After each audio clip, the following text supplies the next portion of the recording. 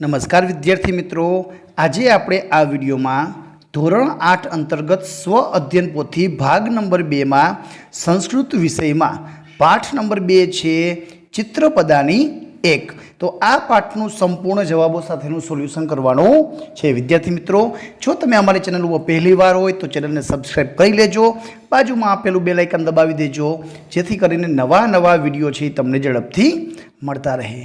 પ્રશ્ન નંબર 1 માં આપેલું છે, કૌંસમાંથી યોગ્ય શબ્દ પસંદ કરીને ખાલી જગ્યા પૂરો. ખાલી જગ્યા હંસા તો એ તે, ખાલી જગ્યા અજા તો એસા, ખાલી જગ્યા મહિલા તો અહમ મહિલા, ખાલી જગ્યા પાત્રાણી તો તાની પાત્રાણી, ખાલી જગ્યા ચટકા તો તાહ ચટકા, તે ખાલી જગ્યા તો તેહ છાત્રા. નંબર 7, વયમ ખાલી જગ્યા તો સૈનિકા એતે છાત્રા. આગળ છે એતાની પુષ્પાણી અને તા ચટકા. તો આ રીતે ખાલી જગ્યા પૂર્ણ કરવાની છે. એના પછીનો પ્રશ્ન નંબર આપેલું છે, ઉદાહરણ જોઈને આપેલું કોષ્ટક પૂર્ણ કરો. ઉદાહરણ જેવું છે એ રીતનું કરવાનું. ગજનું ગજા કરેલું છે તો વૃક્ષનું વૃક્ષા, વાનરા કરેલું છે તો વાનર, સૂકો છે તો સૂકા, મયુરા છે તો મયુરહ, પર્વતો તો પર્વતા, હંસા તો હંસહ. પાછળ હ લખવાનું જે બાકી રહી ગયું છે એ તમે સુધારી લેજો. બીજા ઉદાહરણમાં ચટકાનું ચટકા એ રીતનું કરેલું છે. ટૂંકમાં બીજા શબ્દની પાછળ ચટકાહ કરેલું છે.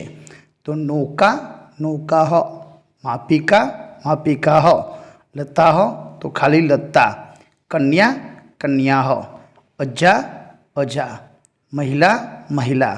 પાછળ હ જે બે બિંદા છે તમારે કરવાના, ભૂલાઈ નહીં, એનું ધ્યાન રાખજો.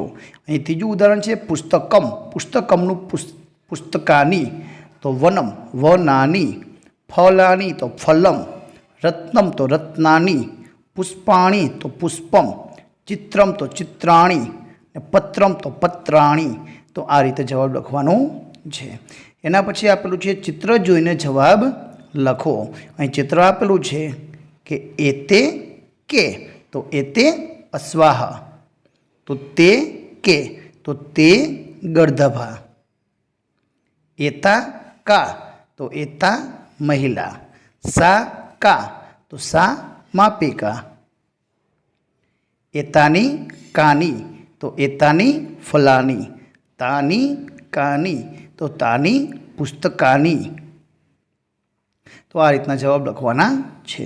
પ્રશ્ન નંબર 4માં છે, શબ્દ જોડ પરથી ઉદાહરણ મુજબ વાક્ય રચના કરો. બે શબ્દ આપેલા છે, તમારે વયમ અને યુયમ, તો એ શબ્દનો ઉપયોગ કરીને વાક્ય બનાવવાના છે.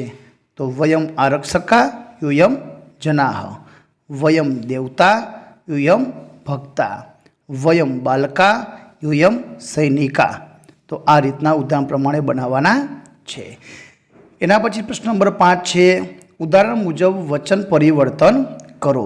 સ બાલક તો એનું બહુવચન કરીને તે બાલકાહ, યસ દેવાલય તો એતે દેવાલયા, સહ કૃષક તે કૃષકાહ, એસા ઉત્પીઠિકા તો એતા ઉત્પીઠિકા, સા કક્ષા તો તહ કક્ષા, એતત પર્ણમ તો એતાની પર્ણાણી, તત પુષ્પમ તો તે પુષ્પાણી.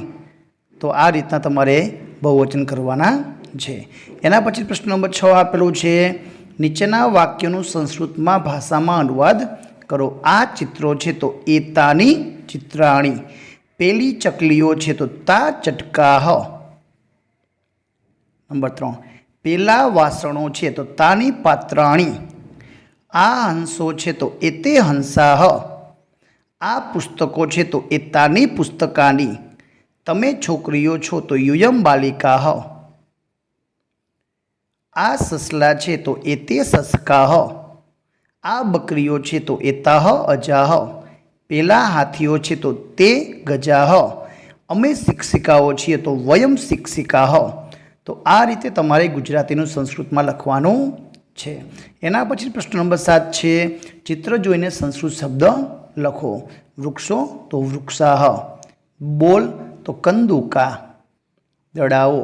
એના પછી ત્રાજવા છે તો તુલાહ, પેટી છે તો પેટિકા, ચકલીઓ છે તો ચટકા, પાંદડાઓ છે તો પરણાણી, ફૂલો છે તો ફૂલાની. તો આ રીતે લખવાનું છે.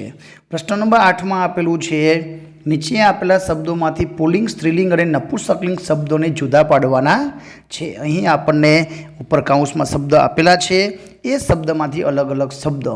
તો ઉપરના શબ્દ જે આપેલા છે એનો અભ્યાસ કરી લેજો.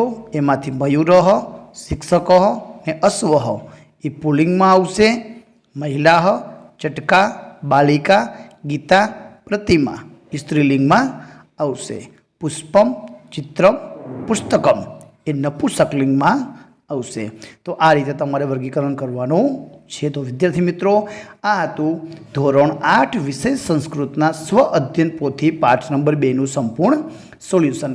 આવા બીજો વિડીયો મેળવવા માટે અમારી ચેનલને સબસ્ક્રાઈબ કરો, બાજુમાં આપેલું બેલ આઇકન દબાવો, જેથી કરીને નવા વિડીયોથી સૌથી પહેલાં તમને નોટિફિકેશન મળી શકે.